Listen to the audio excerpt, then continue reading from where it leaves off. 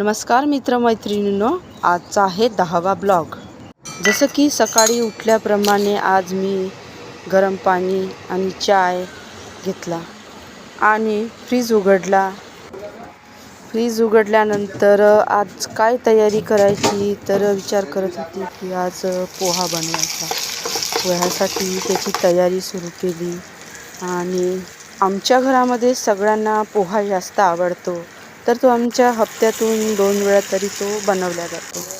इकडे मी भात शिजायला ठेवला होता, कारण त्यांची ड्युटी असल्यामुळे त्यांना सकाळी जावं लागत होतं। त्यानंतर घरातला सगळा पसारा आवरून घेतला आणि घर नीटनेटके केले, कारण मला घर नीटनेटकेपणा ठेवणं खूप आवडते। त्यानंतर आरशात स्वतःला थोडं बघितलं आणि 2 मिनटं शांत बसून राहिली। सकाळची धावपळ खूप होते, पाण्यानंतर अक्षरशः डोळ अंधार, नळ्यामध्ये पाण्याची खूप टंचाई असते। नमस्कार मित्रमैत्रिणींनो, आजचा आहे 10वा ब्लॉग। जसं की सकाळी उठल्याप्रमाणे आज मी गरम पाणी आणि चाय घेतला आणि फ्रीज उघडल्यानंतर आज काय तयारी करायची तर विचार करत होती की आज पोहा बनवायचा।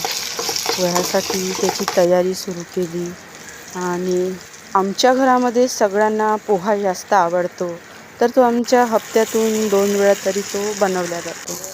इकडे मी भात शिजायला ठेवला होता, कारण त्यांची ड्युटी असल्यामुळे त्यांना सकाळी जावं लागत होतं। त्यानंतर घरातला सगळा पसारा आवरून घेतला आणि घर नीटनेटके केले, कारण मला घर नीटनेटकेपणा ठेवणं खूप आवडते।